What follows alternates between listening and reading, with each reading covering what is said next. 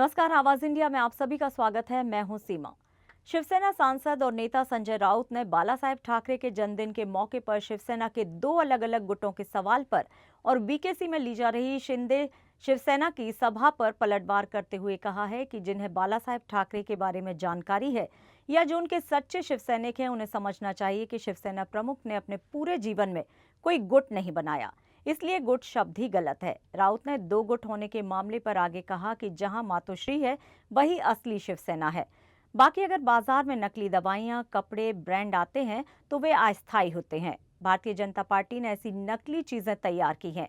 राउत ने आगे ये भी कहा कि भाजपा चीनी माल है जो राजनीति में ऐसे चीनी उत्पाद बेचती आई है।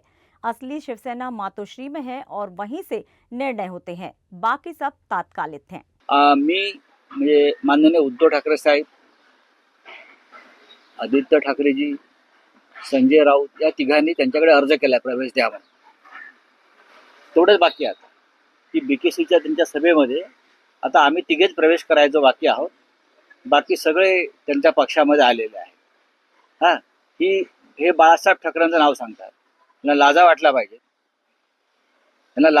पाहिजे. निर्लज्ज लोक आहेत ते. आजचा दिवस कलंकित करण्याचं काम ते करतात. जन्मदिवस हा पवित्र दिवस आहे बाळासाहेबांचा. आता त्यांनी जाहीर करावं की उद्धव ठाकरे, आदित्य ठाकरे, संजय राऊत, अनिल देसाई, अरविंद सावंत, अनिल परब, बरं का, हे जे बाळासाहेबांचे शिलेदार आहेत ते सुद्धा आता आमच्या पक्षात प्रवेश करत आहेत. वाटलं दावोस मधून जाहीर करावं त्यांनी. ते बसलेत नाही तिकडे उद्योग मंत्री.